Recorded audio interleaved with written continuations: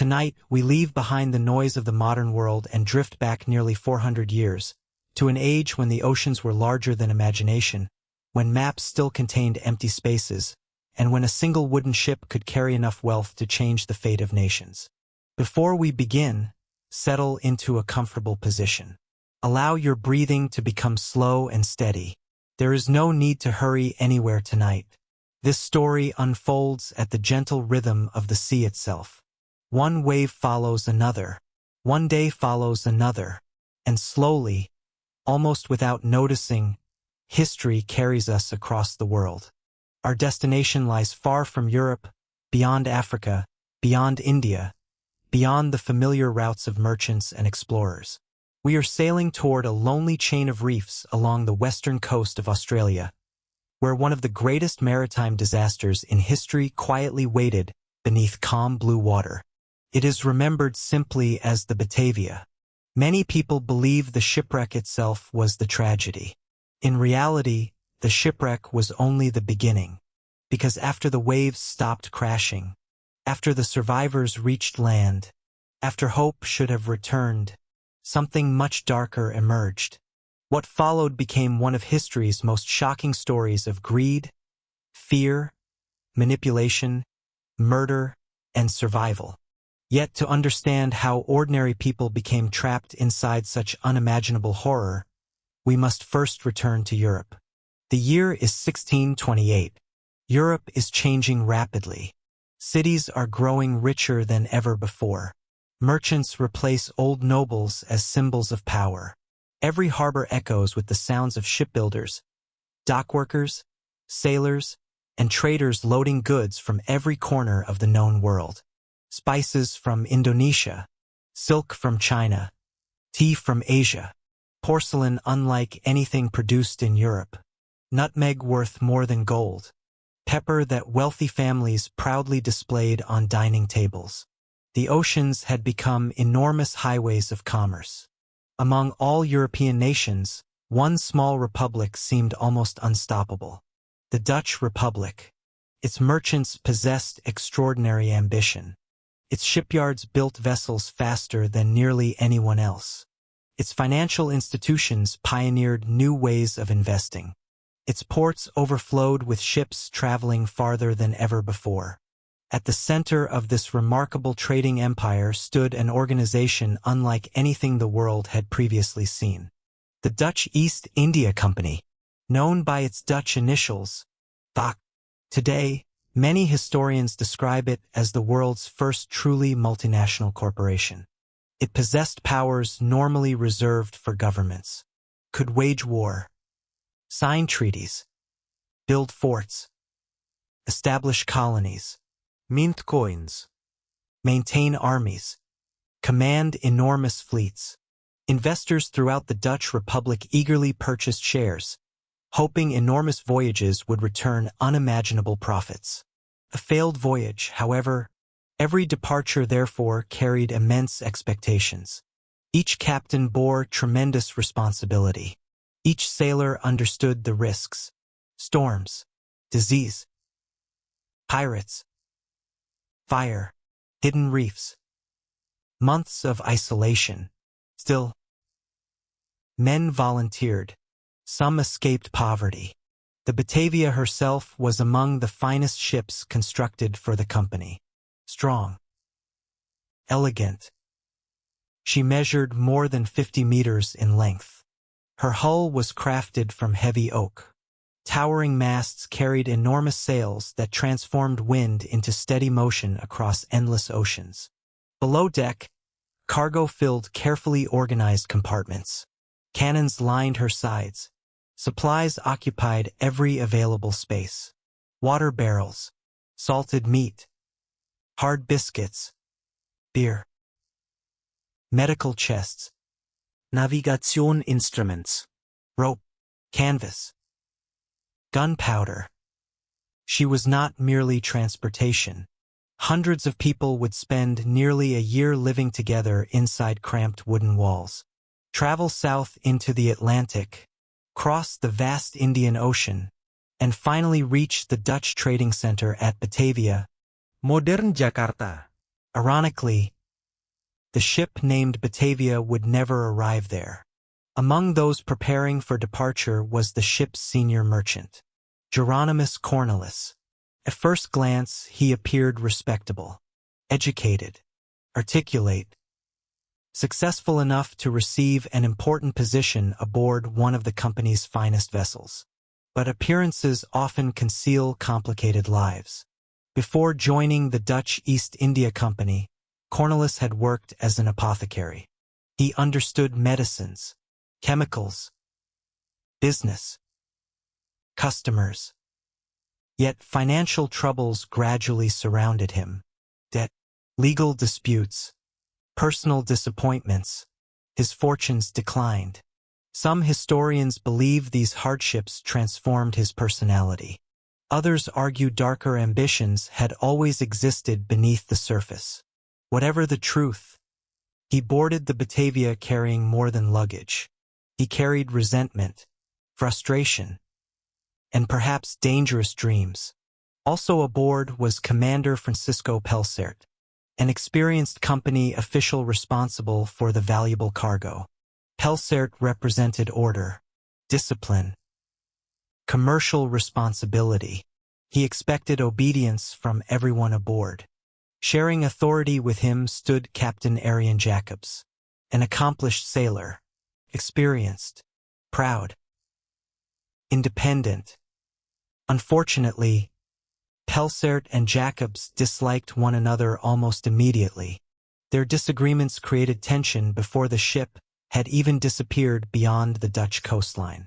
On long voyages, small disagreements rarely remain small. Months at sea magnify every irritation, every insult, every misunderstanding. There is nowhere to escape, no fresh faces, no quiet streets, no separate homes, only endless water, only the same people, every single day. The Batavia finally departed Texel in late October 1628. Families gathered along the shoreline. Some waved hats. Others wiped tears. Children watched enormous white sails slowly disappear beyond the horizon. Ocean voyages were uncertain. Some never arrived.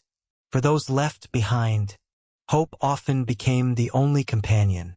Morning inspections, repairing ropes, checking sails, preparing meals, maintaining weapons, watching weather.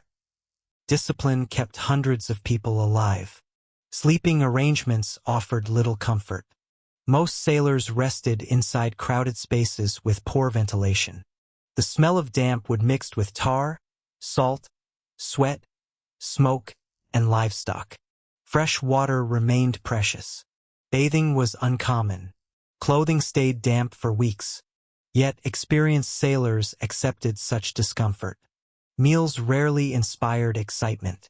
Salted beef required soaking before eating. Fresh vegetables disappeared within weeks. Every orange or lemon became incredibly valuable. Moments of beauty appeared unexpectedly. Moonlight stretching across calm seas. At night, the stars appeared brighter than anywhere on land. Without city lights, navigators trusted these stars completely. Many sailors believed the sea possessed its own personality. Others carried lucky charms. Old superstitions survived beside practical seamanship. Whistling on deck supposedly summoned dangerous winds. Certain birds signaled approaching land. Dreams sometimes predicted disaster. Whether true or false hardly mattered. The ocean encouraged belief. Weeks became months. The Batavia stopped at the Cape of Good Hope for supplies. Fresh water. Food. Repairs. Livestock. After leaving Africa, the truly difficult part of the journey began. The immense Indian Ocean. Here Dutch navigators increasingly relied upon a revolutionary route. Instead of hugging coastlines, these strong westerly winds dramatically shortened travel times. But they carried hidden danger. Accurate longitude remained almost impossible to calculate. Captains knew how far south they sailed, Yet estimating east-west position proved extraordinarily difficult. Without precise longitude, ships sometimes sailed too far east, too close to Australia. Few Europeans understood those waters. Charts remained incomplete.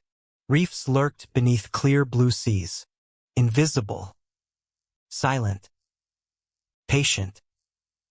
The Batavia continued onward. Above deck, authority slowly weakened. Commander Pelsert fell ill. His illness reduced his ability to supervise daily affairs. Captain Jacobs assumed greater influence over navigation.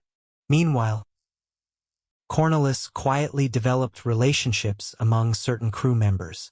Friendly conversations, shared complaints, private discussions.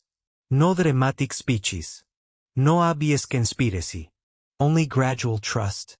History often changes not through sudden explosions, but through countless small conversations that seem unimportant at the time.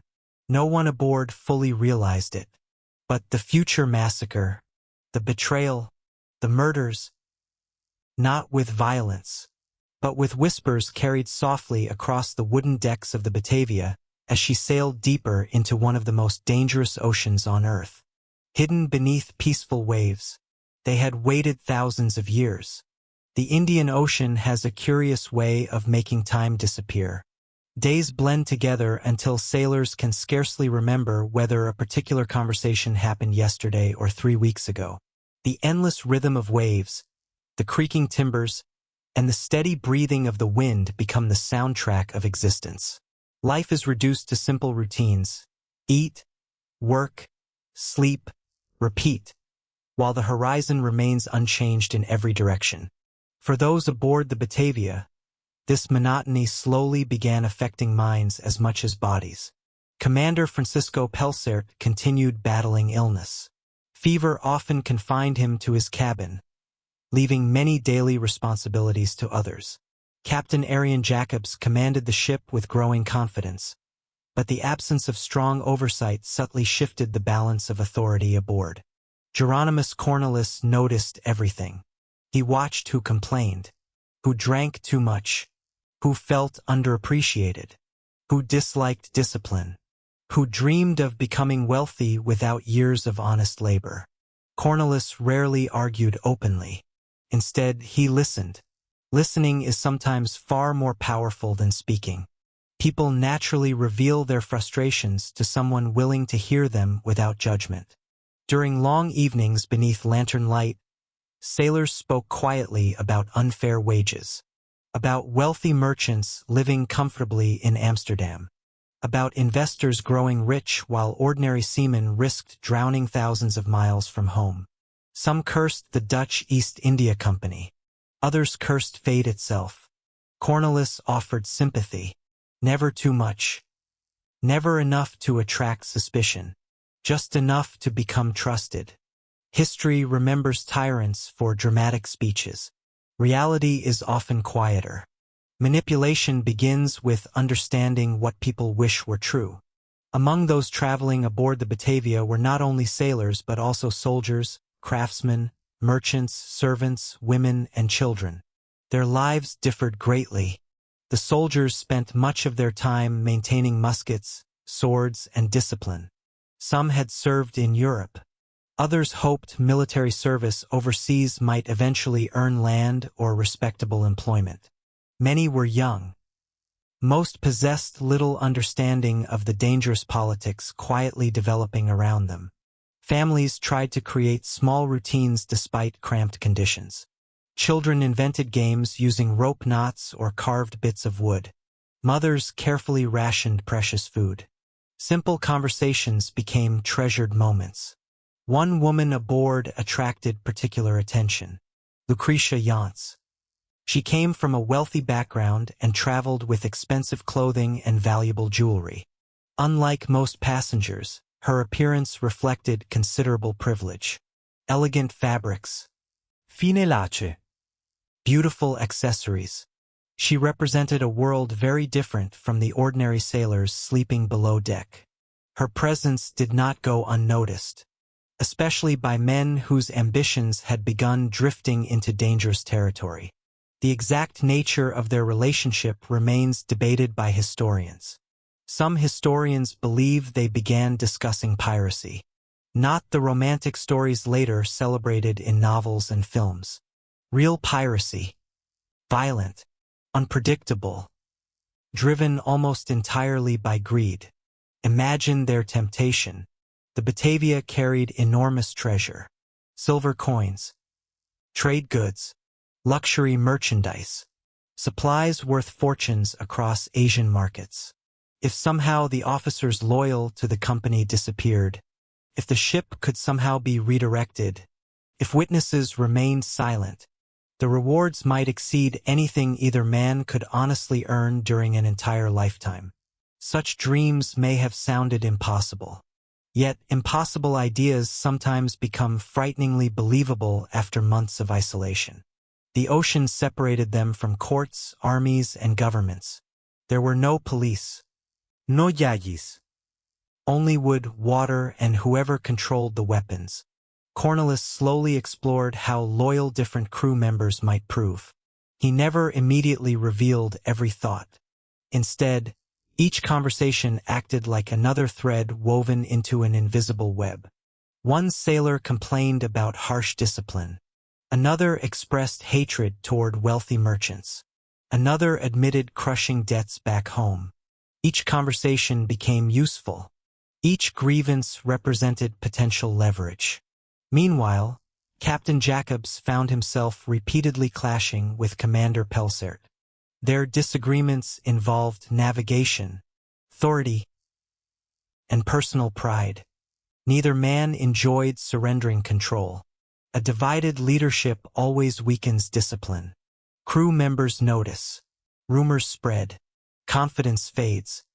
Even small disagreements between leaders create uncertainty throughout an entire community. Modern organizations experience the same phenomenon. So did wooden ships crossing 17th-century oceans. One particular incident further poisoned relationships aboard.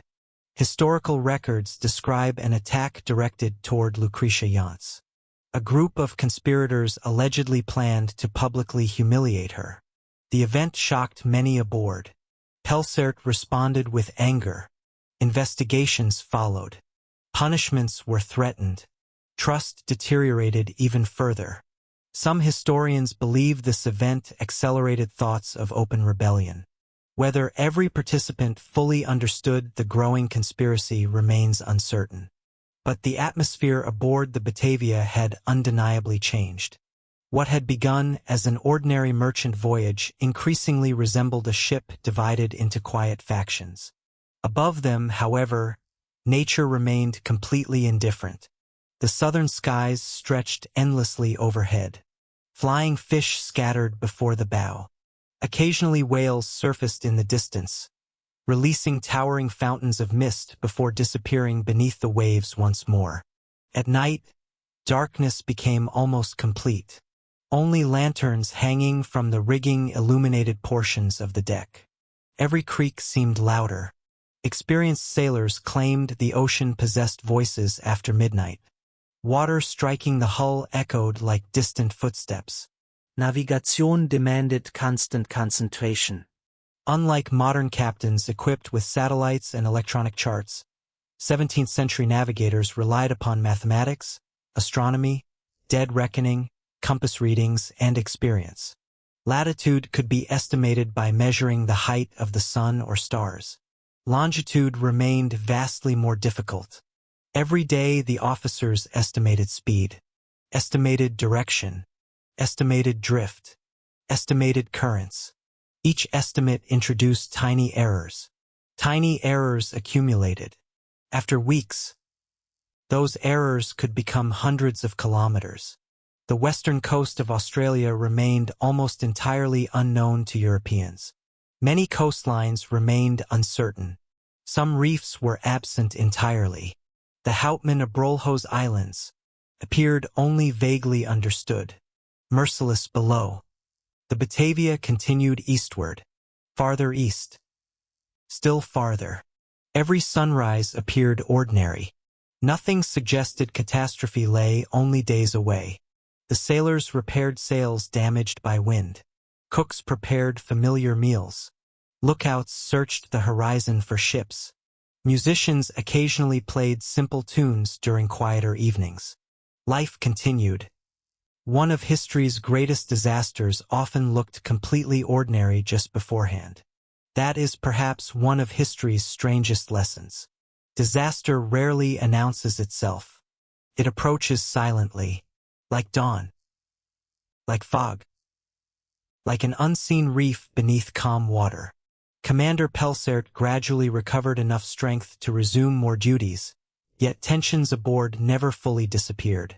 The conspiracy had not vanished. It merely waited. Cornelius understood patience. He knew opportunity cannot be forced. It must arrive naturally. The Roaring Forties had rewarded them with strong following winds. Every favorable breeze shortened the voyage.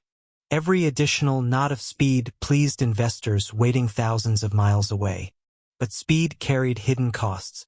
The faster one travels through uncertain waters, the less time remains to recognize danger.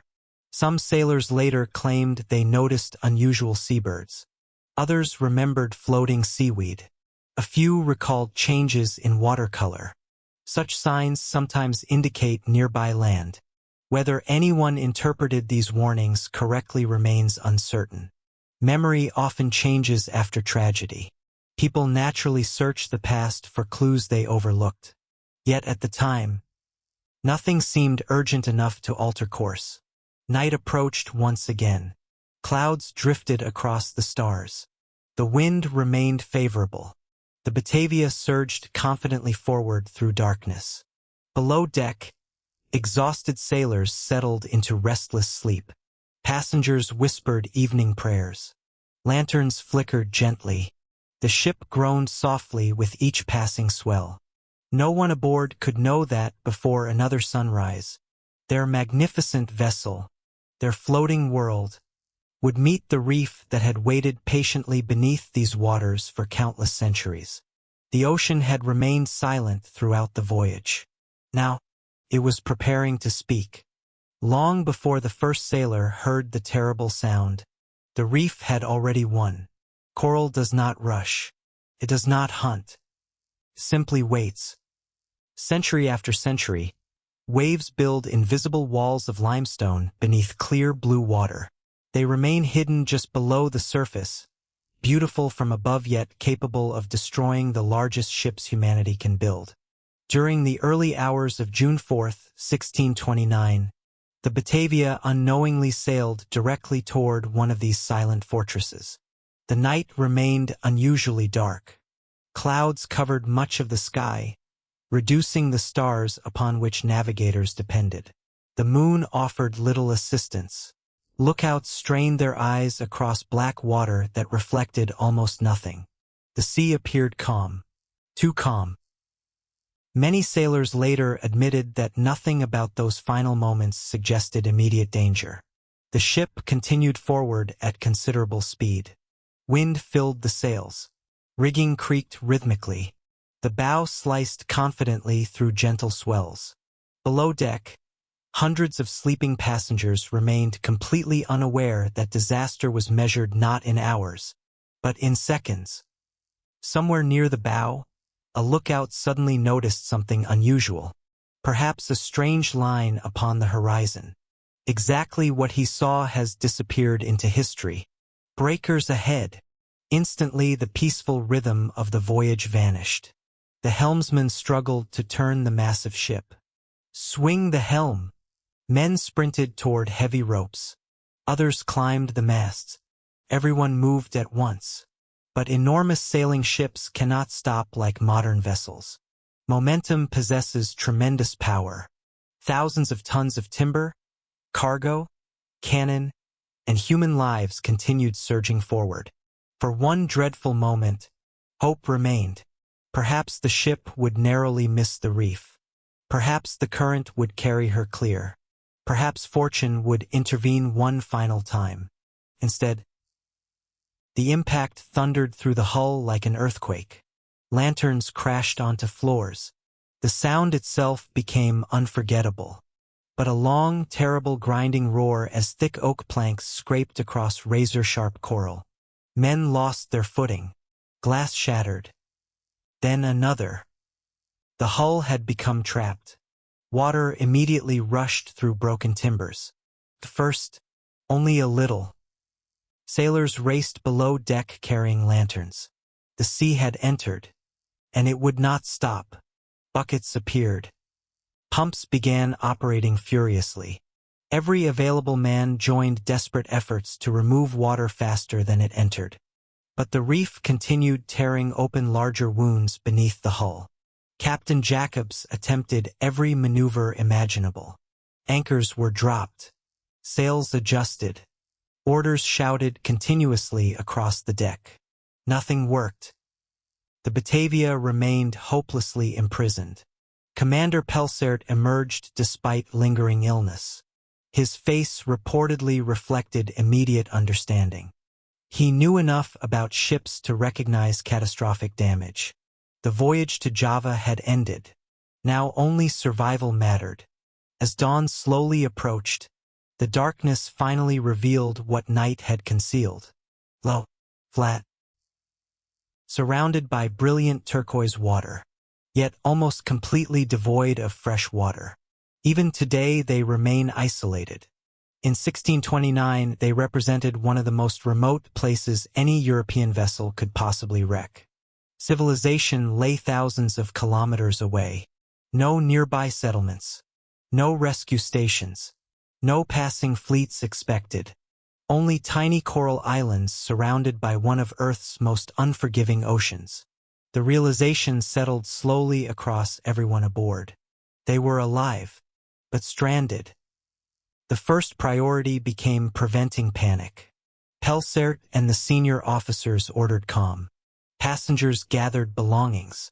Weapons were secured. Fresh water immediately became the greatest concern. Survival could be measured in days. The discoveries brought little comfort. No rivers.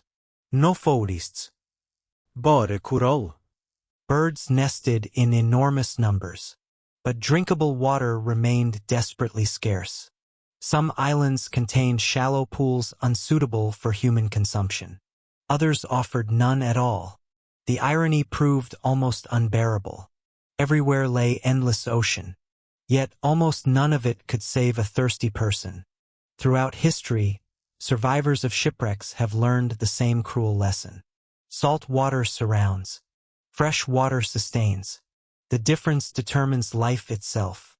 Passengers began transferring from the damaged Batavia onto nearby islands.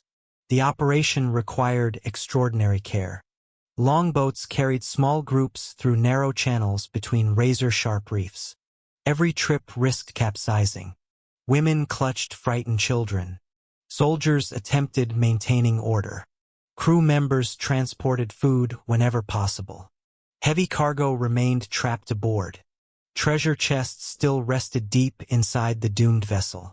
Silver coins worth fortunes no longer mattered very much. Water mattered. Bread mattered. Shelter mattered. Many survivors believed rescue would arrive quickly. After all, they assumed ships traveled regularly between Europe and Asia. Someone would eventually notice their absence. Someone would search. Hope remained remarkably strong during those first days. Human beings possess extraordinary optimism immediately after surviving disaster. The mind often struggles to imagine that circumstances could become even worse. Yet history sometimes reserves its darkest chapters for what follows survival. Pelsert understood rescue required immediate action.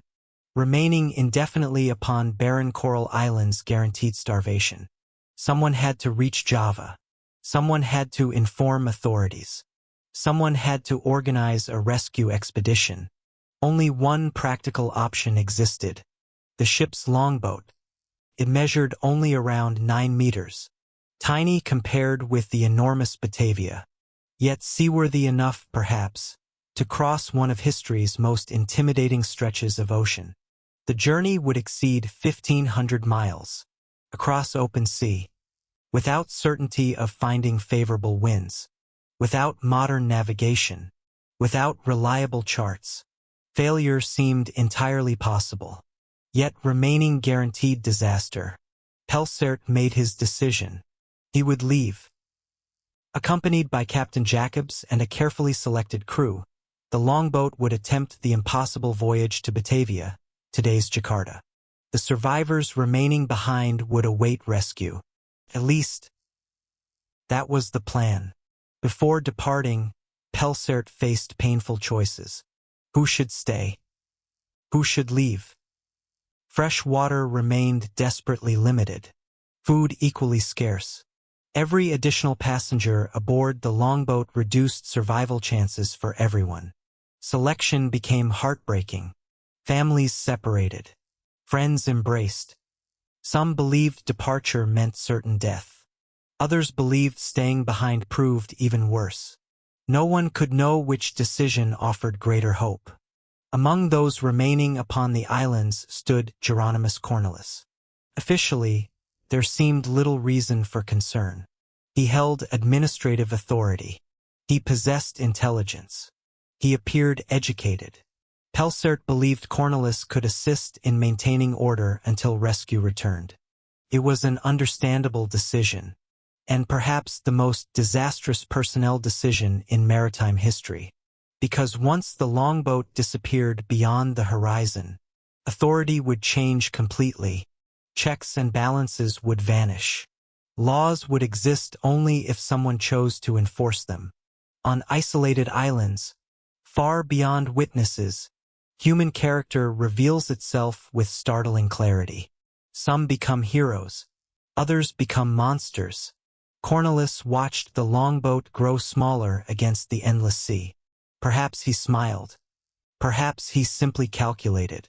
Either way, the one man capable of challenging his authority had just sailed away. The survivors waved until the boat disappeared. Many believed rescue would return within weeks. They prayed. They waited. Children asked when help would arrive. Parents answered with reassuring voices they did not entirely believe. The Coral Islands fell strangely quiet. Only wind, waves, and countless seabirds remained. The Batavia herself still rested upon the reef. Broken. Wounded. Yet not entirely destroyed. Each tide battered her weakened hull. Each wave loosened more timber. Soon she too would begin disappearing beneath the sea that had carried her across half the world.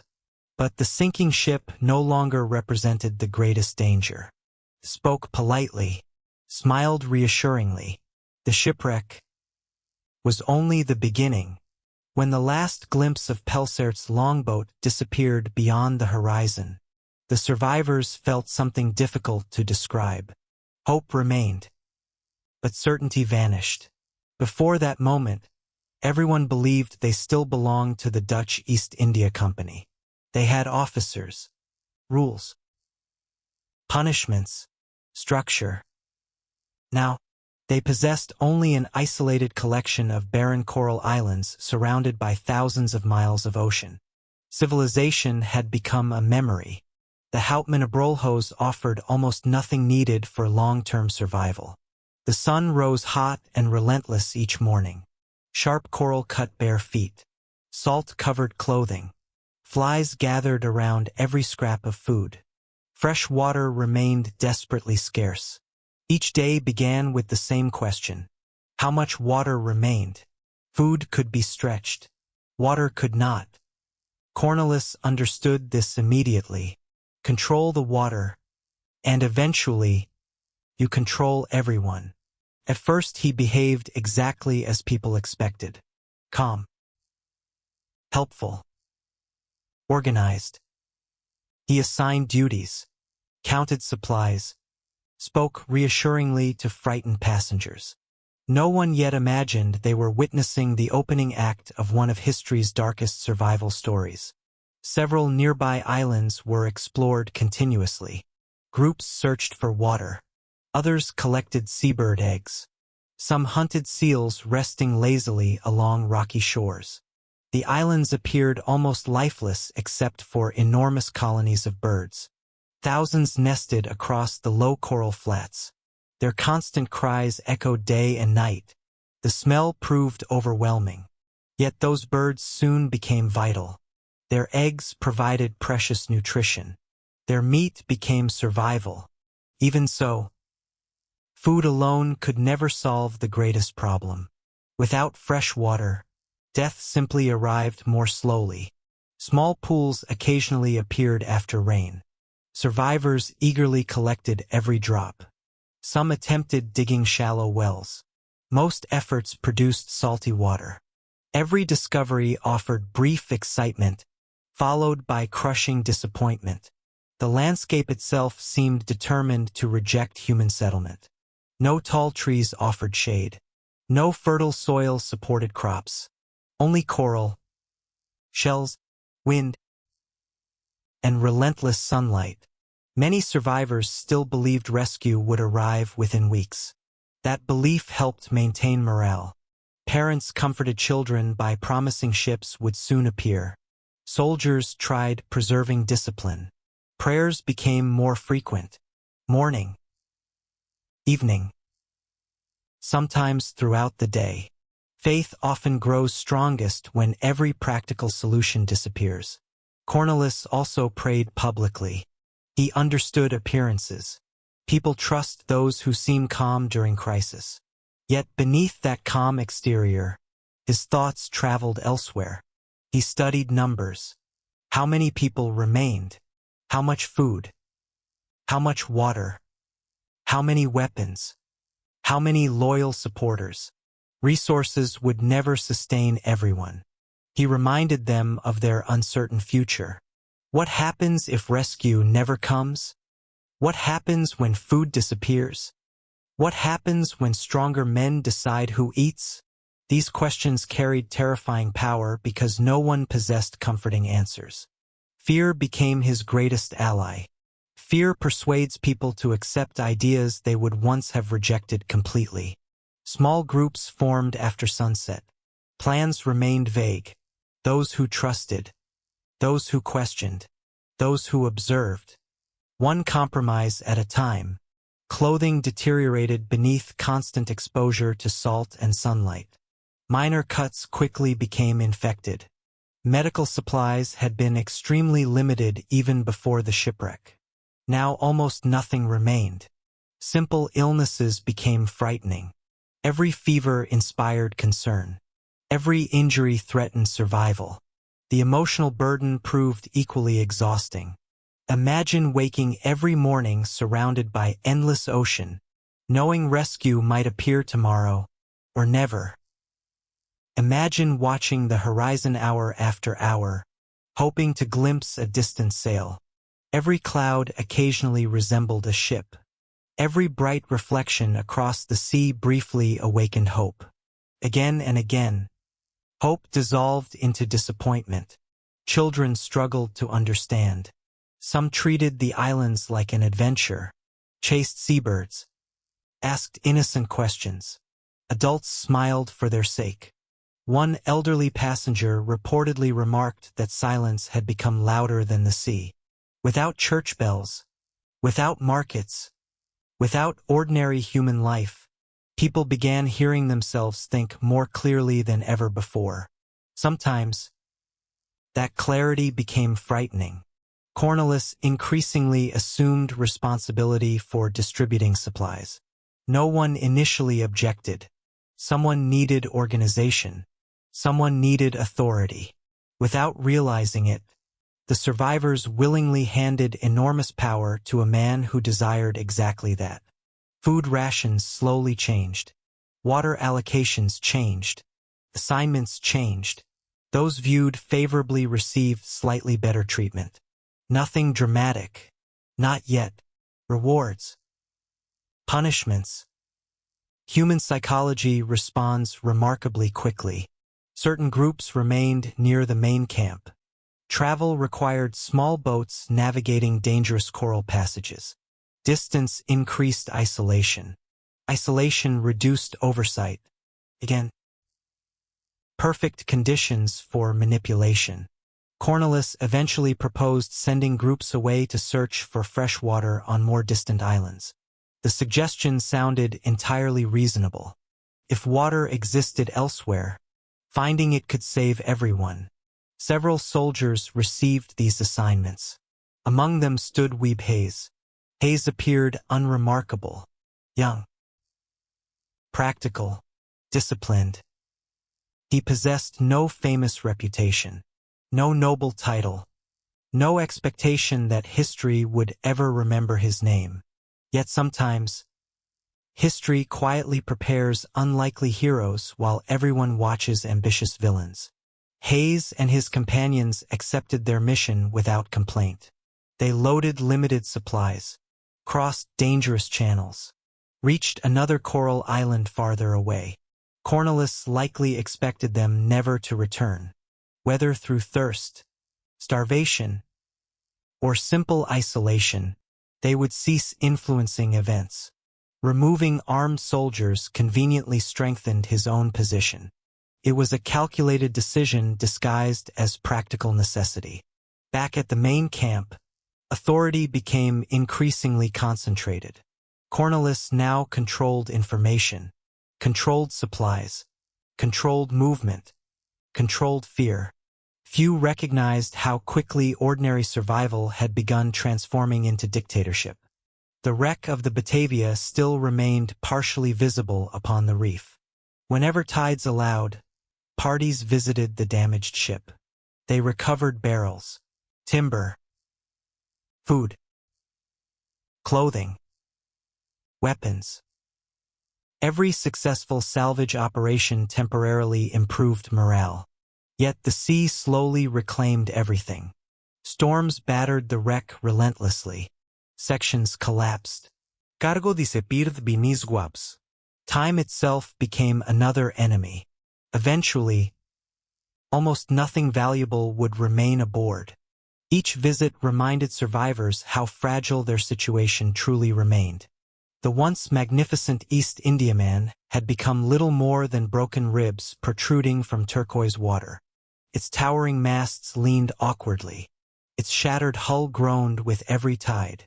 The Batavia had carried dreams of wealth across half the world. Now it served only as a warning. Human ambition often sinks faster than ships. Days passed. Then weeks. Still no rescue. The horizon remained empty. Hope weakened. Whispers strengthened. Cornwallis sensed the perfect moment approaching. He no longer needed merely loyal followers. He needed unquestioning followers. Men willing to kill. Men willing to believe survival justified anything.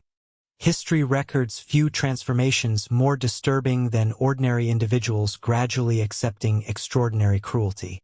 Not because they were born monsters, but because fear, isolation, and manipulated authority slowly reshaped their moral boundaries. The islands waited silently beneath brilliant Australian skies. Seabirds continued nesting. Waves continued breaking upon coral. Nature remained beautifully indifferent. Soon, that indifferent landscape would witness murders so shocking that 4 centuries later, historians still struggle to comprehend how rapidly civilized people abandoned civilization itself. The shipwreck had stranded them. Now, human nature would decide who survived. There is an old saying among sailors that the greatest danger at sea is not always the storm. Sometimes, it is the person standing beside you. On the isolated coral islands of the Houtman Abrolhos, that truth was about to reveal itself with terrifying clarity. Several days had now passed since Commander Francisco Pelsert disappeared over the horizon in the crowded longboat. Every morning the survivors climbed small rises of coral, searching the empty sea for sails. Every evening they climbed down again. Nothing. No rescue. No passing merchant ships. Only the endless rhythm of waves breaking against white reefs. Hope, although still alive, had begun to change. It was no longer confident.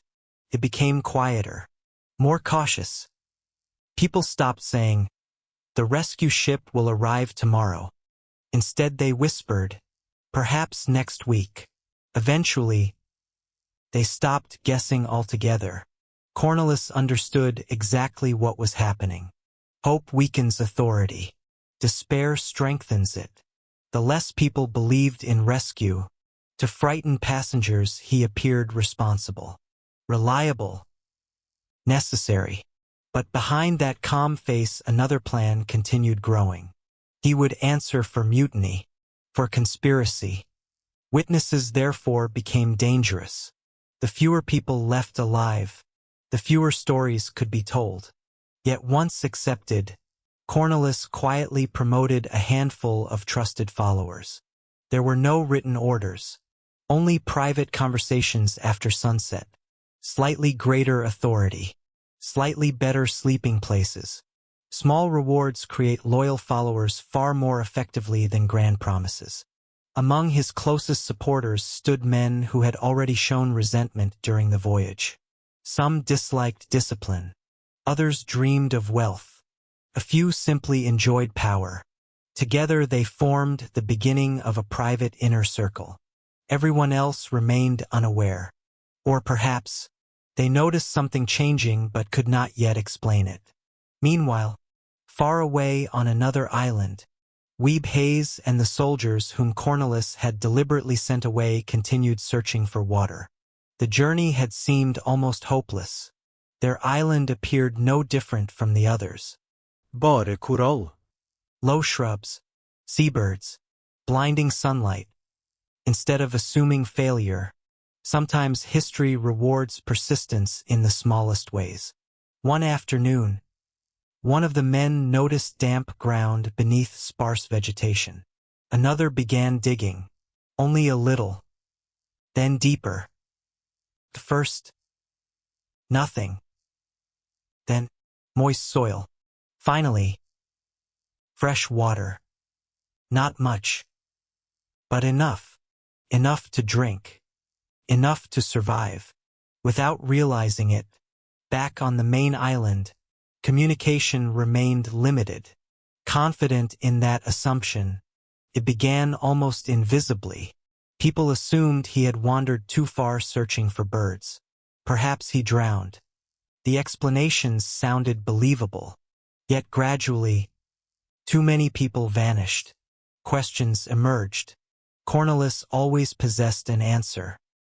He probably fell. Perhaps sharks. Maybe he tried swimming. Each explanation seemed possible. No one possessed evidence proving otherwise. Fear itself discouraged investigation. People preferred believing accidents had occurred. The alternative proved almost unimaginable. Could fellow survivors truly murder one another only days after escaping death together? The human mind naturally resists such conclusions. Cornwallis relied upon that reluctance. His followers tested boundaries carefully. First intimidation, then theft, then isolated killings. Each successful crime encouraged another. Violence becomes easier once committed. The first act demands justification. The second requires less. By the 10th, habit often replaces conscience. Night brought little comfort. Without houses or secure shelters, families slept beneath makeshift coverings fashioned from salvaged sails. The wind carried unfamiliar sounds. Birds cried endlessly. Waves crashed against distant reefs. Sometimes footsteps echoed across coral after midnight. People pretended not to hear them. Parents held children closer. Conversation became quieter. Trust slowly disappeared. No one knew who might be listening. No one knew whom to believe. Cornwallis increasingly portrayed himself as the only source of stability. He organized watches, assigned work parties, distributed rations, held discussions. Everything passed through him. Power concentrated almost naturally. History repeatedly demonstrates that emergencies often produce authoritarian leaders. People frightened by uncertainty frequently accept strict control if it promises safety. The tragedy begins when that control serves only the ruler. One morning, a group of survivors requested permission to travel toward another nearby island. They hoped additional exploration might uncover fresh water or edible plants. Cornwallis denied the request. The explanation sounded reasonable. The boats were needed elsewhere. The currents remained dangerous. Resources must not be wasted. Few argued. Yet every restriction quietly expanded his influence. Movement itself became a privilege. Information became limited. Isolation increased. Some survivors noticed armed followers remaining unusually close to Cornwallis. Weapons that once protected everyone now seemed to protect only one man. Still, no open resistance emerged. Fear scattered courage. Individuals doubted themselves. Perhaps they imagined danger where none existed. Perhaps tomorrow everything would improve. Perhaps rescue truly approached. Hope continued delaying action. Meanwhile, the wreck of the Batavia weakened with every passing tide. Salvage parties returned carrying whatever they could recover before another section collapsed beneath the sea. Among the recovered items were muskets, powder, swords, armor. Cornwallis carefully controlled these weapons. Only trusted followers received them. Again, the decisions appeared practical. Someone needed responsibility. Someone needed organization. Yet viewed together, a disturbing pattern emerged. Control of food, control of water, control of movement, control of weapons, control of information. Far away, fresh water transformed everything. Collected eggs, hunted birds, learned the rhythms of the island. Instead of dying, they adapted. They even began fashioning crude defensive positions using loose coral stones. Not because they expected attack, simply because practical minds naturally improve whatever shelter they possess. They remained completely unaware that before long, those rough stone walls would become one of Australia's earliest European defensive structures. Back on the main island, another survivor disappeared. Then another. This time whispers spread more rapidly. People stopped accepting easy explanations. Children asked where familiar faces had gone. Adults struggled to answer. One elderly sailor quietly remarked, "The sea has taken enough from us. Surely it is no longer the sea." Few responded, but many understood exactly what he meant. Cornwallis heard the whispers. He recognized growing suspicion. The time for quiet disappearances was ending. If fear no longer silenced questions, then greater fear would. The island itself remained breathtakingly beautiful. Crystal clear water shimmered beneath endless blue skies. White sand reflected brilliant sunlight. Colorful fish drifted through shallow lagoons. Seabirds wheeled gracefully overhead. Nature displayed extraordinary peace. Human beings were preparing extraordinary cruelty. Centuries later, visitors standing upon these same islands often struggle to reconcile the tranquil landscape before them with the horrors recorded in old Dutch journals. The sea remembers nothing. The coral offers no warning. Only history whispers what happened here, and the darkest chapter had only just begun. By now, the survivors no longer measured time by dates. The calendar had disappeared with the Batavia. There were no church bells announcing Sundays. No town clocks. Every afternoon with exhaustion. Every evening with uncertainty. People had stopped asking how long rescue would take. Instead, they quietly wondered whether rescue would find anyone left alive. Cornwallis understood that fear had become stronger than hope. It was time to stop hiding. The disappearances became murders. Not secret accidents, but deliberate executions disguised as necessity. His followers began receiving direct orders. Sometimes they were told a particular man could no longer be trusted. Sometimes they were told a woman possessed hidden supplies. Sometimes they were told a family planned rebellion. Evidence rarely mattered. An accusation alone became enough. The first open murder shocked everyone. A sailor was approached while collecting food near the shoreline. There was little warning, no trial, no opportunity to defend himself, only sudden violence. His body disappeared into the sea. Sharks quickly erased what remained. When frightened survivors asked questions, Cornelis answered calmly. He attempted to steal supplies. He attacked one of the guards. We had no choice. Some believed him, others did not. But belief mattered less than fear. No one wished to become the next accusation. Silence spread across the camp. Parents instructed children never to wander alone. Friends no longer spoke openly. Every conversation ended with cautious glances over the shoulder. Trust, the invisible foundation of every community, had almost completely vanished. Cornelis strengthened his authority daily. He appointed armed guards. He organized patrols. He announced new rules governing food distribution. Every rule seemed designed to increase dependence. Every decision required permission. Every movement attracted attention. History shows that tyranny rarely arrives wearing a crown. Sometimes, it arrives carrying a water bucket. Among Cornelis' followers, violence produced an unexpected transformation. The first killing had disturbed many of them. Hands trembled. Voices shook. Sleep became difficult. The second killing proved easier. The third, almost routine. Human beings possess an astonishing ability to normalize almost anything, even horror, especially when surrounded by others committing the same acts. Soon, certain followers no longer required convincing. They anticipated orders. Some even competed to demonstrate loyalty. Cruelty became proof of commitment. One young soldier refused.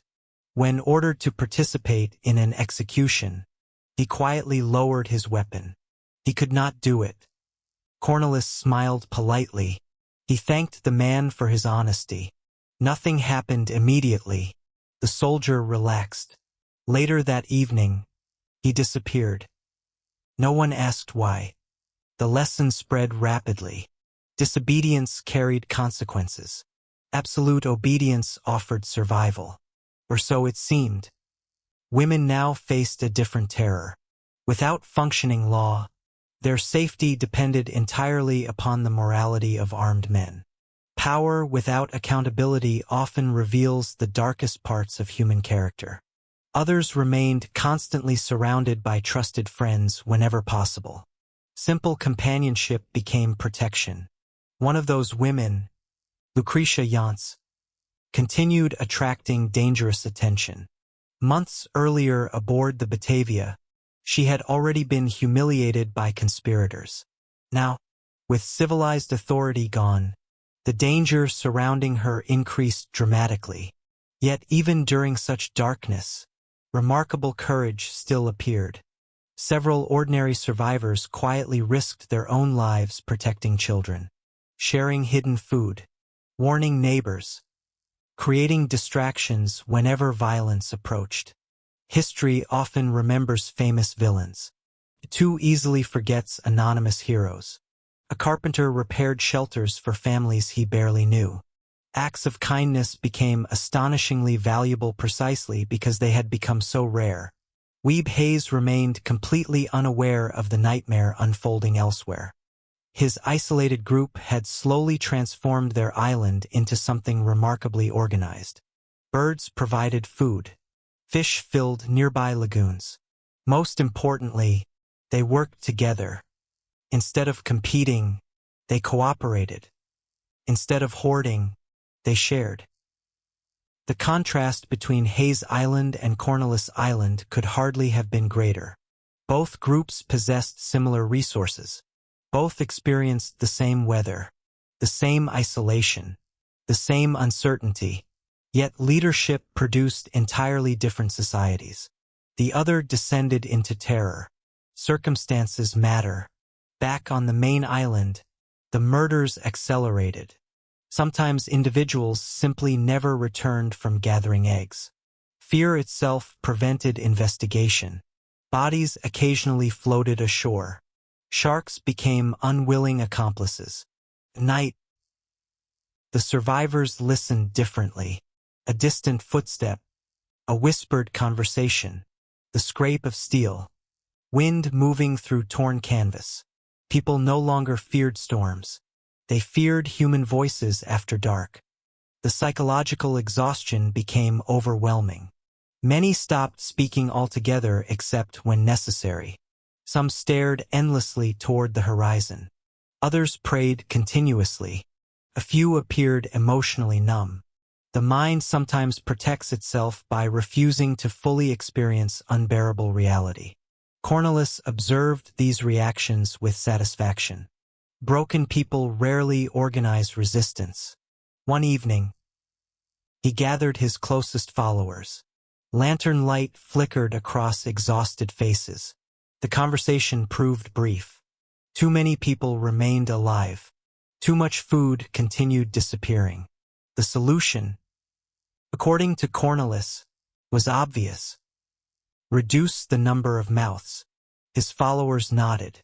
No one objected, not because every man agreed, but because fear had trapped them as completely as anyone else. Each had already participated. Each possessed blood upon his hands. Turning against Cornelis now meant admitting everything. Shared guilt became another chain. Outside, the stars glittered brilliantly above the southern sky. The Milky Way stretched from horizon to horizon with breathtaking clarity. Nature offered astonishing beauty. Humanity answered with astonishing brutality. Far away, Commander Francisco Pelsert continued battling enormous waves aboard the crowded longboat. Day after day, the tiny vessel crossed open ocean against impossible odds. The men rationed water carefully. Sunlight burned exposed skin. Salt covered every surface. Some believed they would never reach Java.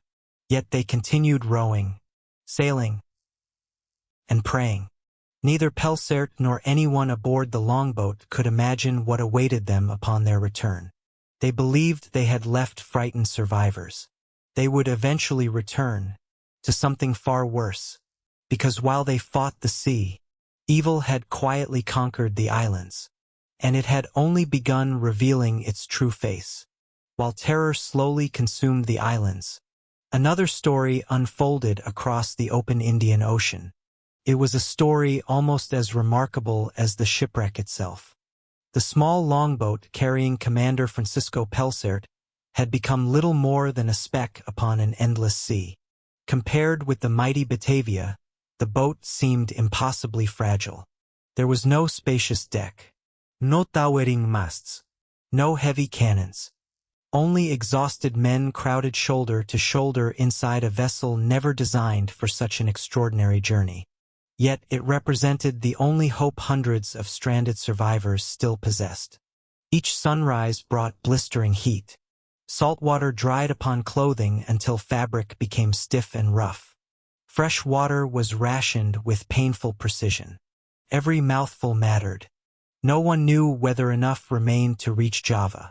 The sea itself seemed determined to test them. Some days the wind disappeared entirely. The boat drifted almost motionless beneath a blazing sun. Other days powerful waves lifted the tiny vessel high before dropping it violently into deep troughs. Every man aboard understood that one mistake could overturn them all. Still, they continued eastward. At night the ocean became almost perfectly black. Only the stars remained. Those stars served as their compass. Without them, they would simply wander until thirst claimed every life aboard. Pelsert spent long hours thinking about those left behind. Women, children, soldiers. sailors. He imagined them waiting patiently beside small fires, sharing limited food, watching the horizon. He believed discipline would continue. He believed Cornwallis would maintain order. That belief comforted him. Sadly, it was also completely wrong. Back upon the islands, Cornwallis now ruled almost without challenge. His followers had become accustomed to violence. The murders no longer shocked them. Instead, they discussed them with chilling practicality. Who possessed useful clothing? Who still owned jewelry? Who seemed likely to resist? Who could safely disappear? Human beings had slowly become numbers, problems, obstacles. Not neighbors, not fellow survivors. They spoke softly about Amsterdam, about grandchildren they hoped to see again. They remembered church bells echoing across calm Sunday mornings, the smell of fresh bread drifting through busy streets, the sound of horses pulling carts across stone roads. Those memories felt almost unreal now. Another world, another lifetime. Before sunrise the following morning, both disappeared. No official explanation followed. The remaining survivors understood enough not to ask. Fear had become a language everyone spoke without words. Children sensed it most clearly. Even the youngest noticed adults whispering constantly. Smiles disappeared. Laughter became rare. Play gradually stopped. Instead, children remained close beside parents every waking hour. Instinct often recognizes danger before understanding it.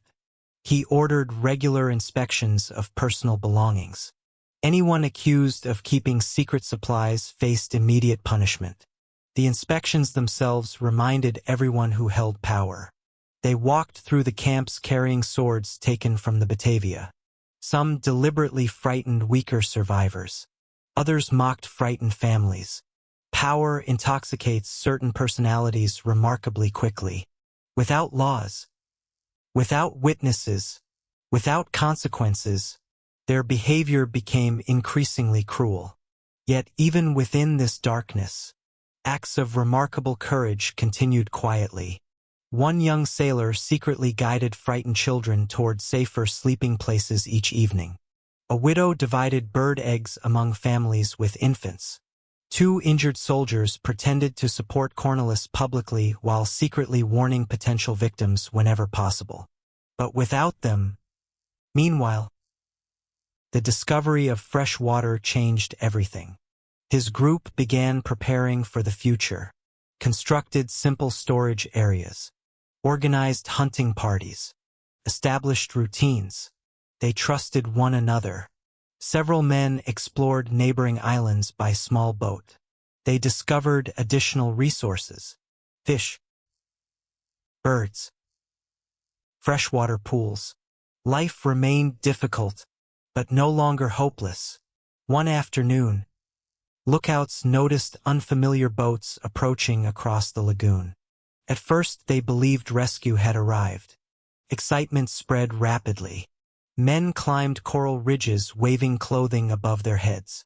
As the boats came closer, they recognized familiar faces, Cornwallis followers, armed.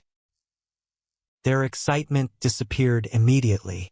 The visitors claimed peaceful intentions. They explained they had arrived searching for additional supplies. Hayes welcomed them cautiously. Hospitality remained important even under desperate circumstances. Yet something about the visitors felt wrong. Their expressions lacked relief. Their voices carried unusual confidence. Instead of discussing rescue, they asked detailed questions. How many men lived here? How much water had been discovered? How many weapons remained? Hayes answered politely, while quietly observing every detail. Years of military discipline sharpened his instincts. These were not ordinary visitors. After returning home, the armed followers reported unexpected news. Hayes possessed fresh water. Hayes possessed healthy men. Hayes possessed growing strength. Cornwallis reacted with anger. His original plan had failed completely. The soldiers he expected to die had instead become stronger than before.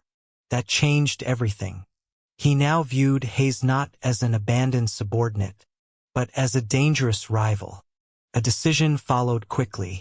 Heist and every man with him must be eliminated. Preparations for attack quietly began. Weapons were gathered. Supporters selected. Small boats repaired.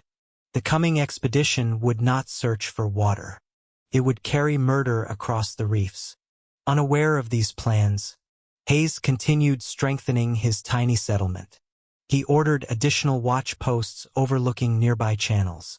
Not because he expected attack. Simply because good soldiers remain observant. That simple habit would soon save dozens of lives. Thousands of miles away, Java finally appeared upon the horizon before Pelsert's exhausted crew. After weeks battling one of history's most difficult sea journeys, they had succeeded. Against overwhelming odds, the tiny longboat reached Batavia. The governor listened carefully as Pelsert described the shipwreck. Relief spread through government offices. A rescue expedition was immediately organized. Fresh supplies loaded. Sailors recruited. Medical assistance prepared. No one delayed. Every hour mattered. Pelsert believed he had arrived just in time. He imagined frightened survivors eagerly waiting upon barren islands. He could not know that with every passing day, fewer remained alive to rescue. As preparations continued in Batavia, Cornelis finalized his own plans. The attack upon Heist would begin soon. If successful, no organized resistance would remain. The islands would belong entirely to him.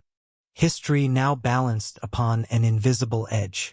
Between ordinary stranded survivors, would determine whether evil ruled the Abrolhos Islands, or whether courage finally found its voice. The morning of the attack arrived quietly. The sea was calm. A gentle breeze drifted across the shallow lagoons. Seabirds circled overhead exactly as they had every morning since the Batavia struck the reef. Nature offered no warning that violence was once again approaching. On Cornelis Island, several boats were prepared before sunrise. The men climbing aboard carried muskets, swords, pistols, and long knives recovered from the wreck. Their mission was simple. Travel to Weeb Hayes Island. Kill every man. Seize the fresh water. Return before sunset. Cornelis himself remained behind. Like many who seek power through violence, he preferred others to perform the bloodshed. He waited confidently. Everything seemed certain. His followers greatly outnumbered Hayes' small group. They possessed better weapons, greater experience, and complete confidence. They believed they were sailing toward an easy victory. Far across the reef, Hayes noticed them almost immediately. The small boats appeared first as dark shapes moving across the bright morning water. Several of his companions waved, assuming visitors had arrived peacefully. Hayes did not wave. Something felt wrong. Why would armed men travel together? Why carry muskets? Why arrive so early? Years of military discipline sharpened instincts that ordinary civilians often ignored. He ordered everyone to remain calm, then quietly instructed his men to gather whatever weapons they possessed. They owned very few, mostly clubs made from salvaged timber, sharp iron tools, a handful of swords, some crude spears fashioned from broken ship timbers. Nothing compared with firearms. Yet Hayes possessed something more valuable: preparation. Over previous weeks, his companions had unknowingly built low defensive walls from loose coral stone. Originally, these barriers protected shelters from strong winds. Now they offered cover. The attackers landed confidently. Their leader called for Hayes to come forward. He claimed Cornelis wished to discuss cooperation, food sharing, water distribution. The words sounded polite. Hayes refused to approach. Instead, he asked the visitors to leave their firearms beside the boats before entering camp. The request immediately changed the atmosphere. No one moved. For several long seconds, both groups simply watched one another. Then, everything exploded into violence. One musket fired. Whether accidentally or intentionally, history cannot say with certainty. But that single shot ended every possibility of peaceful discussion. The attackers charged. Hayes shouted for everyone to take cover behind the coral walls. Muskets thundered again. Smoke drifted across the white sand.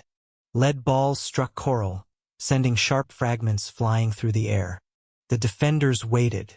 They understood something the attackers did not.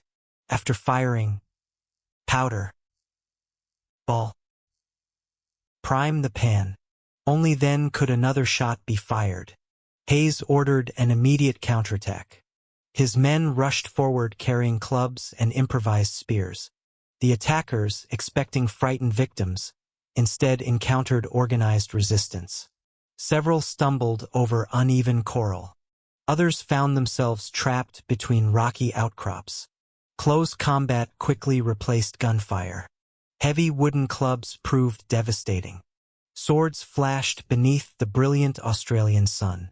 Men struggled across sharp coral that cut feet with every step. The battle lasted only minutes. Yet for those fighting, time seemed endless. One attacker fell, then another. This was not the effortless massacre they expected. They understood surrender meant certain death. The attackers finally broke. Some fled toward their boats. Several surrendered. Proved an extraordinary decision. Unlike Cornwallis, the prisoners received water. Questions. The murders. The disappearances. Entire families executed. Children killed. Women terrorized. Everything. For the first time, Hayes understood what had happened on the neighboring islands. The shipwreck had become something far worse. His men listened in stunned silence. Several refused to believe such cruelty possible. Others quietly wept. They had friends among the missing. Now they finally understood why those friends had never returned. Hayes made an immediate decision. There would be no retreat. No hiding. No waiting. They would defend every survivor they possibly could. Meanwhile, back on Cornwallis Island, confidence slowly turned into confusion. The attack should have ended hours earlier. No boats returned. No victory message arrived. Instead, late in the afternoon, a single exhausted survivor finally staggered ashore. Bleeding, terrified. He reported complete failure. Several attackers were dead. Others captured. The rest scattered. Hayes had defeated them. Cornwallis could scarcely believe the news. A small group of abandoned soldiers had defeated armed attackers. His authority suddenly appeared fragile. If Hayes chose to attack, many frightened survivors might immediately change sides. Fear began working against the very man who had used it so effectively. For the first time since the shipwreck, Cornwallis looked uncertain. He ordered additional guards, more weapons, stricter control. Yet every new order revealed growing desperation. A ruler who trusts his own power rarely needs constant displays of force. On Hayes Island, preparations also intensified. Lookouts watched every channel. Simple barricades became stronger. Weapons were repaired. Captured muskets were cleaned and loaded. The defenders knew another attack would come. This time, they would be ready. Across the islands, the balance of power had quietly shifted. Cornwallis still controlled the larger camp. But Hayes possessed something equally important: hope. The survivors who reached him no longer believed resistance was impossible. For the first time since the Batavia struck the reef, evil had encountered determined opposition. Far away across the Indian Ocean, Pelsert's rescue ship sailed steadily toward the Abrolhos. Day after day, the vessel crossed open water carrying food, medicine, soldiers, and desperately needed hope. Pelsert stood upon the deck often. His thoughts never left the survivors. He imagined frightened but grateful faces welcoming rescue. He imagined exhausted families finally returning home. He had no idea that by the time his sails appeared upon the horizon, one of history's darkest survival stories would already have claimed dozens upon dozens of innocent lives. The final confrontation was now drawing near. The rescue ship sailed steadily through the Indian Ocean. Its white sails caught the same winds that had once carried the Batavia toward disaster. Every man aboard believed they were approaching a difficult rescue operation. None imagined they were sailing toward a crime scene. Commander Francisco Pelsert spent long hours standing at the rail, looking eastward. He replayed every decision in his mind. Could he have prevented the wreck? Should he have remained with the survivors? Had he chosen the right people to accompany him to Java? Above all, he trusted that Geronimus Cornelis had maintained order. That single belief gave him comfort throughout the exhausting return voyage. Unfortunately, could not have been more mistaken. Back on the islands, Cornelis' authority had begun to crack. The failed attack against Weeb Hayes spread quietly among the remaining survivors. People whispered after sunset, "They fought back. They're still alive. They have water." They defeated Cornelis' men. For the first time since the shipwreck, fear no longer belonged entirely to the victims. It had begun visiting the tyrant himself.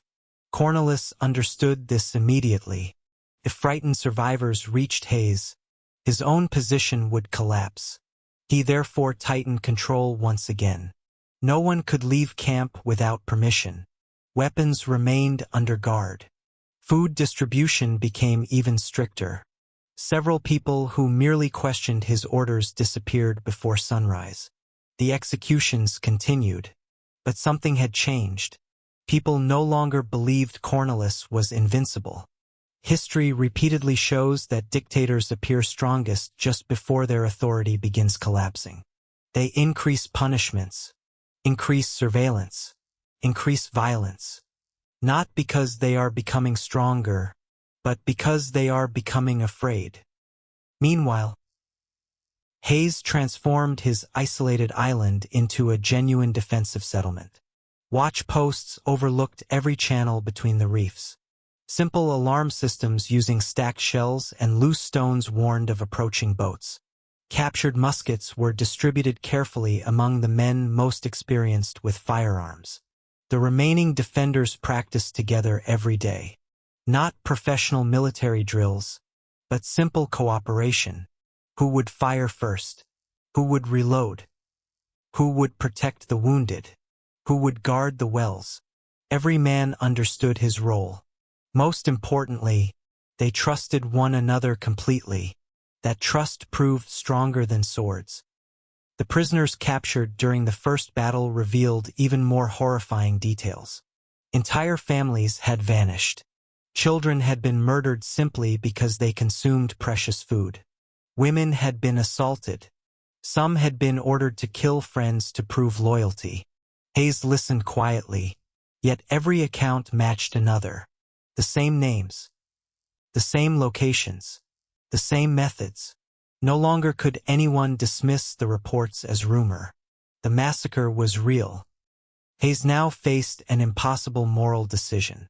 Should he remain safely behind his defenses, or attempt rescuing those still trapped under Cornelis' control? Every soldier understood the danger. Leaving defensive positions could expose everyone. Remaining inactive meant abandoning innocent survivors. Leadership often requires choosing between terrible options rather than good ones. Et chose courage. Moving carefully between coral channels, some families slipped away successfully. Those caught rarely survived. Still, his population shrank. Hayes' community slowly grew. The balance continued shifting. One evening, The atmosphere differed greatly from earlier meetings. Arguments erupted. Others questioned whether Hayes should have been attacked at all. Cornwallis attempted restoring unity. He promised wealth, power, future rewards. But promises lose value when survival itself becomes uncertain. For the first time, his followers saw not an ambitious leader, but a desperate man. Across the islands, nature remained breathtakingly beautiful. Sunsets painted the western sky with brilliant shades of orange and crimson.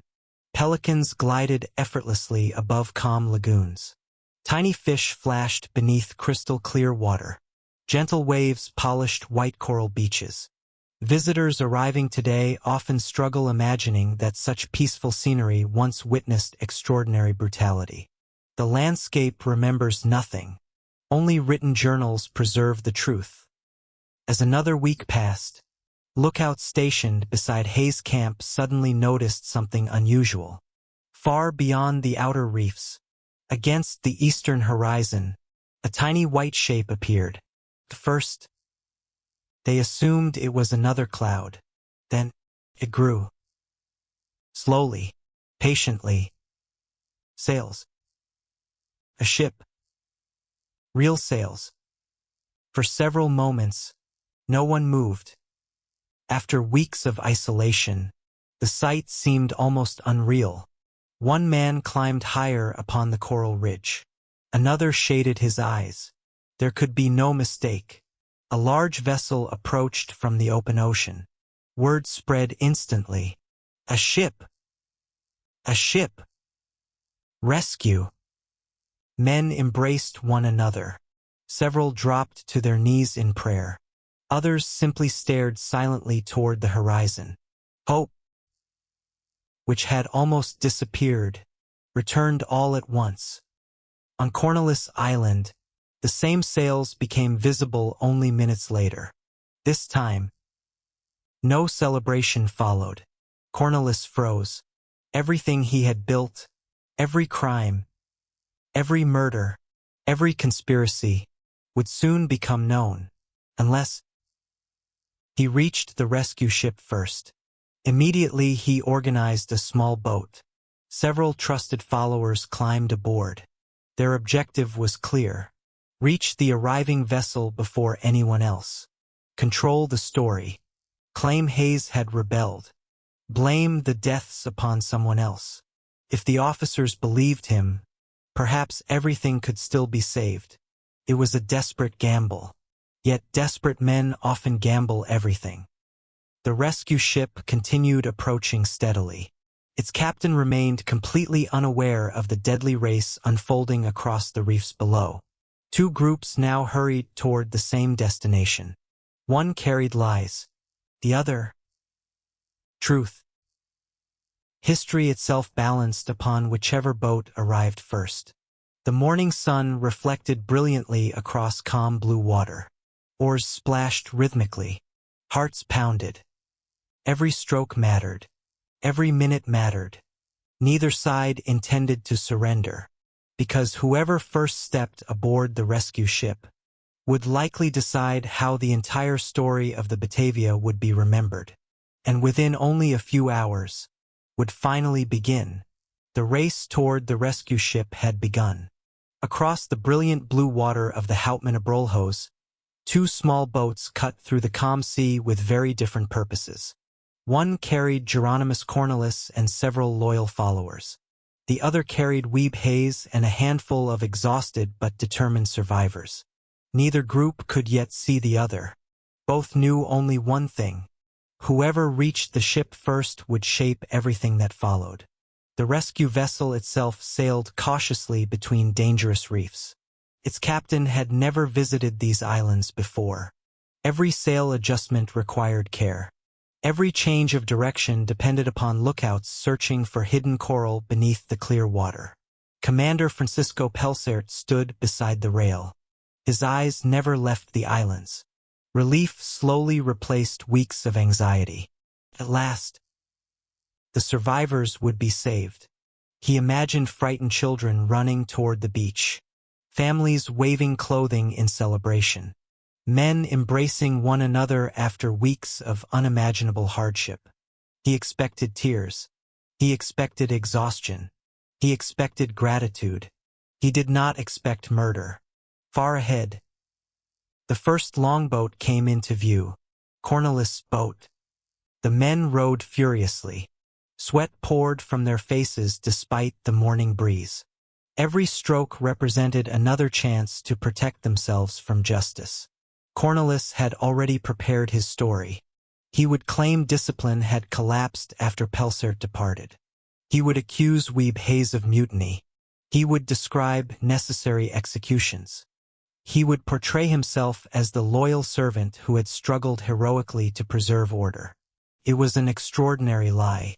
Yet history contains many examples of criminals attempting to become the first witness. If they speak first, perhaps truth never catches them. The rescue ship lowered ropes. Cornwallis climbed aboard. He bowed respectfully before Commander Pelsert. For just a brief moment, everything seemed to unfold exactly as he had hoped. He immediately began explaining the situation.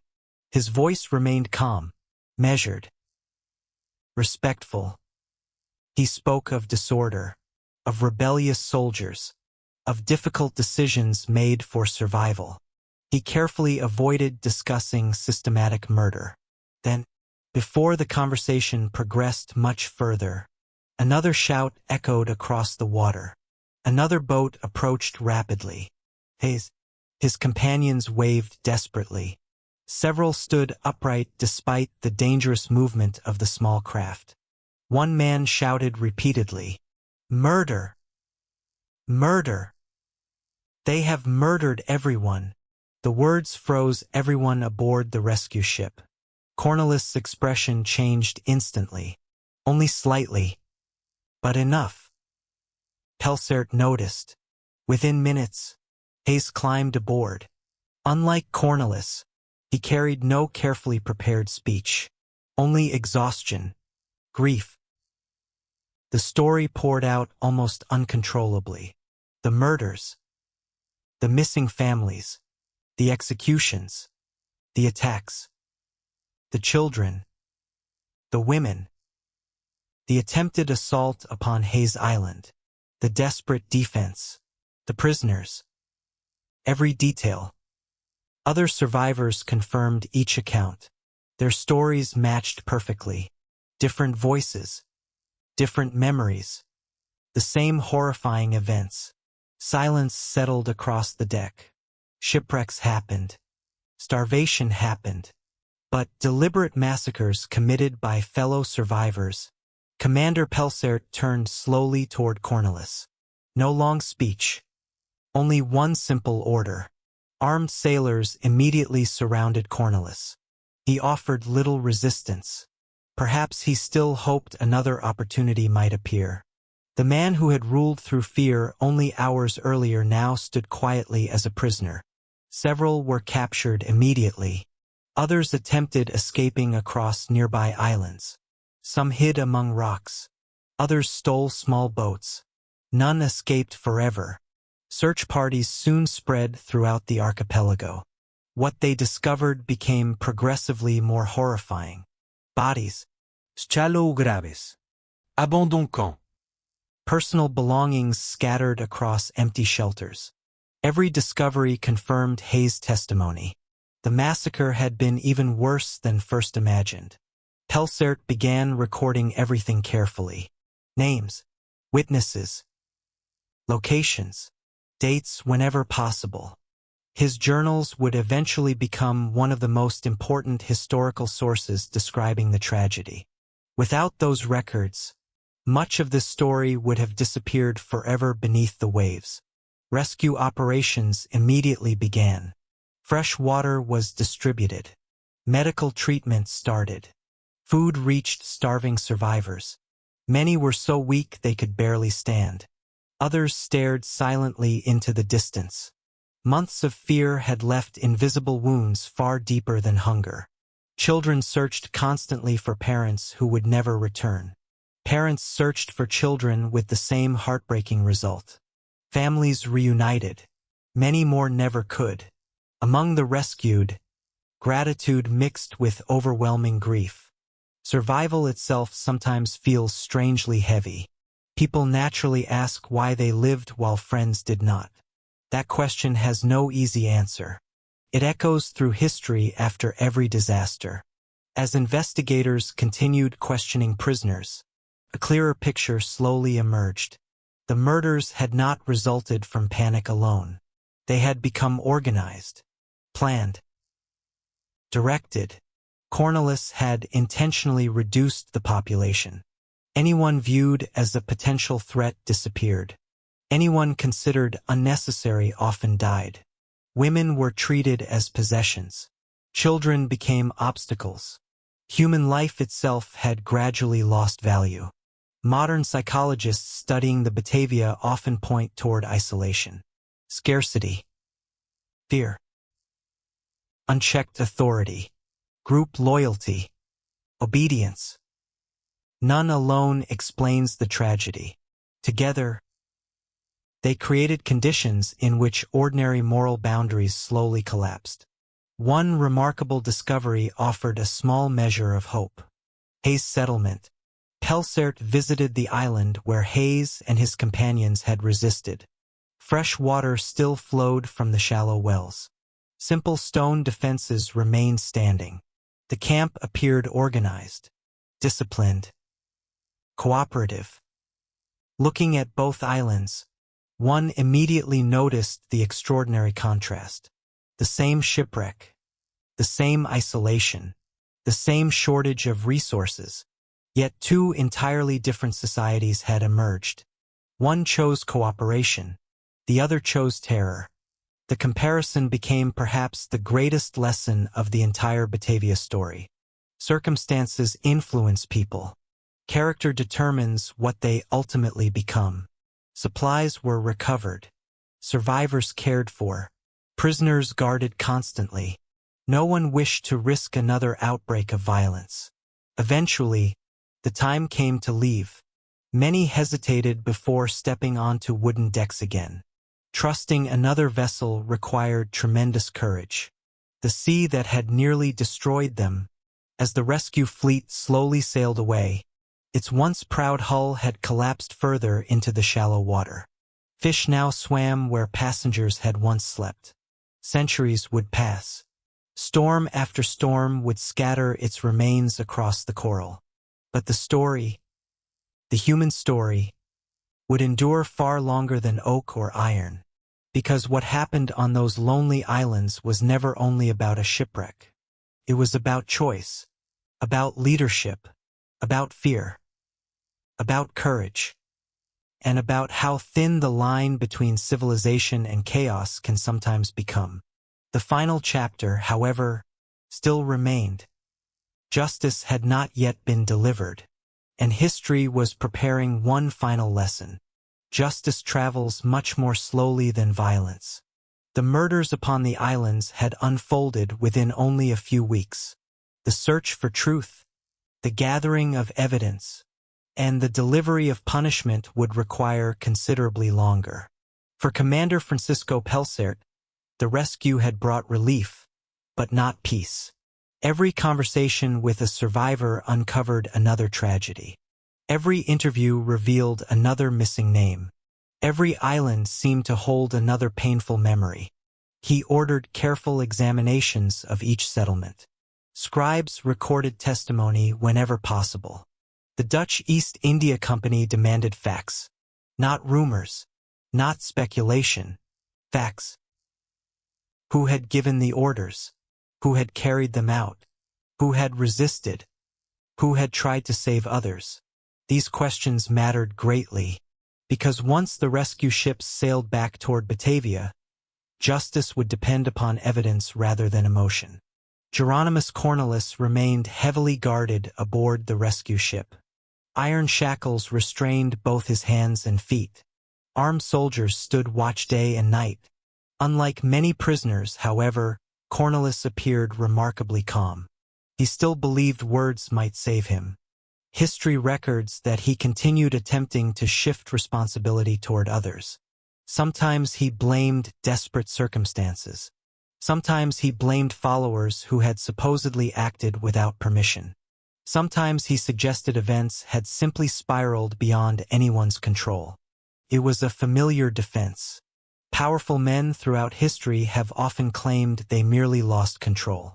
Yet witness after witness described the same pattern, the same commands, the same planning, the same deliberate choices. The evidence slowly became impossible to ignore. Among the rescued survivors, emotional wounds proved far deeper than physical ones. Some barely spoke. Others spoke endlessly. Many experienced long periods of silence before suddenly recalling forgotten details. Modern psychologists would recognize these reactions immediately. Trauma rarely follows predictable patterns. A child rescued from the islands reportedly refused to sleep indoors for many months afterward. Another survivor panicked whenever footsteps approached from behind. Several adults later admitted they had forgotten the faces of people murdered only weeks earlier. The mind sometimes protects itself by closing certain doors. But memories rarely disappear forever.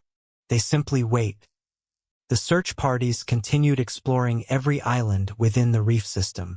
Several grim discoveries followed. Hidden graves. Broken weapons. One search uncovered a small wooden toy belonging to a child who had never been found. No diary recorded who placed it there. Perhaps a grieving parent. Small discoveries often carry the greatest emotional weight. A child's toy speaks of everything that battle destroyed. Unlike Cornelis, Hayes had never sought authority. When leadership became necessary, he accepted it. When violence threatened, he resisted it. When victory became possible, he chose restraint rather than revenge. Several captured attackers expected immediate execution after the battle. Instead, Hayes had ordered them bound rather than killed. This decision impressed many officers during the investigation. In an environment where law had almost vanished, Hayes had still attempted to preserve it. Such discipline separated his community from the chaos surrounding them. Commander Pelsert personally questioned Hayes on several occasions. The young soldier answered quietly, without exaggeration, without dramatic speeches. His account matched those of numerous independent witnesses. Again and again, the same conclusion emerged. Had Hayes failed, very few survivors would likely have remained alive when the rescue ship arrived. History often celebrates famous admirals and victorious kings. Yet ordinary soldiers like Hayes quietly change history just as profoundly. As investigations continued, another uncomfortable truth became clear. Many followers of Cornelis had not begun the voyage as violent criminals. Some had once been ordinary sailors, craftsmen, laborers, men with families waiting back in Europe. How had they changed so completely? The question continues fascinating historians for centuries later. Fear alone cannot explain it. Neither can greed. The Batavia demonstrates how isolation, charismatic leadership, obedience, scarcity, and group pressure can combine until ordinary people commit extraordinary acts. It remains one of history's most disturbing psychological case studies. Justice could not wait until reaching Batavia. The Dutch East India Company possessed legal authority to conduct trials overseas. Senior officers assembled a temporary court aboard the rescue fleet. Witnesses testified. Evidence was presented. The accused answered questions. Proceedings lasted many days. Cornelis denied responsibility whenever possible. Several followers attempted similar defenses. Others confessed almost immediately. Perhaps guilt finally became unbearable. Perhaps they understood denial offered little hope. Whatever the reason, confessions confirmed much of what survivors had already described. Eventually, the verdicts came. Several principal conspirators received death sentences. The punishments reflected 17th-century justice, which could be extremely harsh. public executions were intended not only to punish guilt, but also to discourage future crimes. Before sentences were carried out, prisoners received opportunities to speak. Some prayed. Some remained silent. Some begged for mercy. Cornelis reportedly displayed remarkable composure until the end. Whether that composure reflected courage, denial, or emotional emptiness remains impossible to know. His ambitions had begun aboard one of the richest ships in the Dutch fleet. They ended upon a lonely coral island thousands of miles from home. Several lesser participants received different punishments. Some were imprisoned. Others were abandoned on the Australian mainland, a sentence that almost certainly meant death, although history remains uncertain about their ultimate fate. These exiles became among the earliest known Europeans left upon the Australian continent. Whether any survived long afterward remains one of the many unanswered questions surrounding the Batavia tragedy. For the survivors, justice brought only partial comfort. Punishing murderers could never restore lost families. Children remained orphans. Husbands mourned wives. Parents mourned sons and daughters. Entire futures had disappeared forever. Some survivors eventually continued onward to Batavia. Others later returned to Europe. Many rarely spoke publicly about their experiences again. One can hardly blame them. Certain memories resist easy conversation. The Batavia herself remained behind. Gradually the sea completed what the reef had begun. Iron cannons settled into sand. Ceramic jars cracked apart beneath centuries of salt water. Nature patiently reclaimed every piece.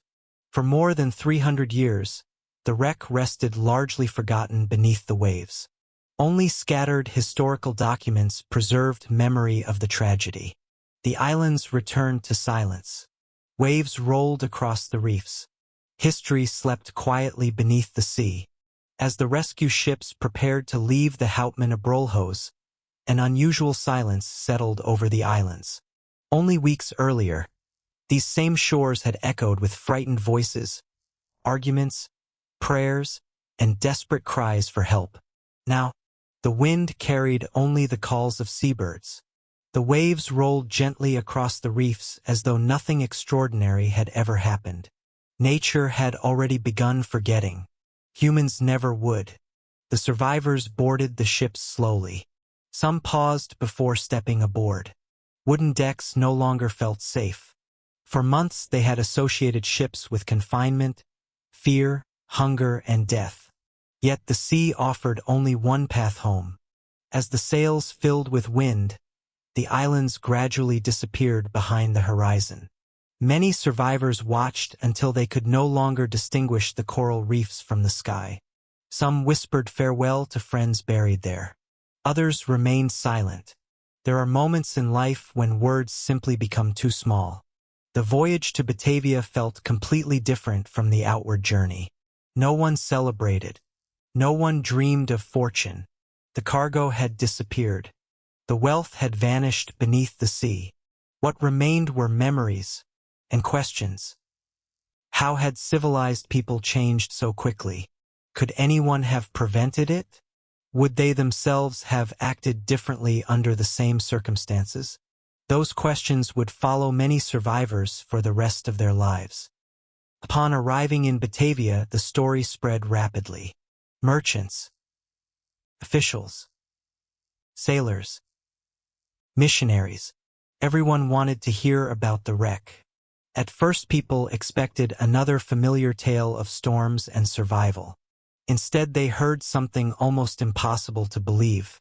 A shipwreck followed by mutiny. A mutiny followed by organized murder. Children killed. Families destroyed. Ordinary people transformed into executioners. The tragedy shocked even those accustomed to the dangers of the 17th century world. Every testimony was preserved. Every confession recorded. Every major event documented. Without them, the Batavia might have become only another forgotten shipwreck. Instead, It became one of history's most carefully documented human catastrophes. Years passed. New ships sailed toward Asia. New disasters occurred. Yet among sailors, its name survived. Not because of the ship itself, but because of what happened after it stopped sailing. Stories circulated in taverns throughout Europe. Captains repeated warnings to young officers. Discipline mattered. Leadership mattered. Character mattered. Because once a ship became isolated from civilization, those qualities often determined survival more than food or weapons. Centuries later, historians rediscovered forgotten journals, old court records, letters, company archives. Together they reconstructed the extraordinary events of 1629. Then, during the 20th century, divers finally located the wreck itself. Resting beneath clear Australian waters lay scattered timbers exactly where the reef had claimed them centuries earlier. Cannons still rested upon the seabed. Anchors remained partly buried beneath coral. Ceramic jars lay broken among fish and seaweed. The ocean had protected many artifacts surprisingly well. Archaeologists carefully documented every discovery. Each timber revealed details about 17th century shipbuilding. Each recovered object offered another glimpse into daily life aboard the Batavia. Today, many of those artifacts rest inside museums. Visitors walk quietly past them. A wooden bowl, a rusted sword, fragments of pottery, Navigation instruments. simple objects. Yet each belonged to someone whose life changed forever on those isolated reefs. History often survives through ordinary things. The Houtman Abrolhos Islands themselves appear peaceful today. Tourists visit for diving. Researchers study seabirds and coral reefs. Fishermen work nearby waters. The turquoise lagoons seem almost impossibly beautiful beneath the Australian sun. Standing there today, it is difficult to imagine such tranquility once witnessed unimaginable violence. No monuments can fully explain it. No photograph captures it. Only imagination bridges the centuries. Modern psychologists continue studying the Batavia. Military academies examine it. Leadership courses reference it. Universities analyze it. Why? Because the Batavia is not merely a story about one ship. It is a story about human behavior under extreme conditions. It reminds us that civilization depends upon countless invisible agreements. Trust, justice, shared responsibility, compassion. When those agreements collapse, society can unravel with frightening speed. Yet the Batavia also teaches another lesson. Hope survives. Not through powerful rulers, not through wealth, but through ordinary people choosing decency when cruelty seems easier. Weeb Hayes demonstrated that. The families who secretly protected children demonstrated that. The survivors who shared their final water demonstrated that. Even surrounded by darkness, human kindness refused to disappear completely. Perhaps that is why this story continues fascinating people nearly 4 centuries later. Contains both the worst and the best of humanity. As evening settles across the Indian Ocean today, waves continue breaking gently upon ancient coral. Fish swim peacefully through clear water. The sea keeps its own quiet rhythm. Ships equipped with modern satellites now pass safely overhead, rarely noticing the place where one of history's greatest tragedies unfolded. But beneath those waters, silent, patient, like memories waiting beneath the surface of history, empires rise, ships sail, storms pass. Yet human choices continue echoing long after wood has rotted, and long after the sea has reclaimed everything else.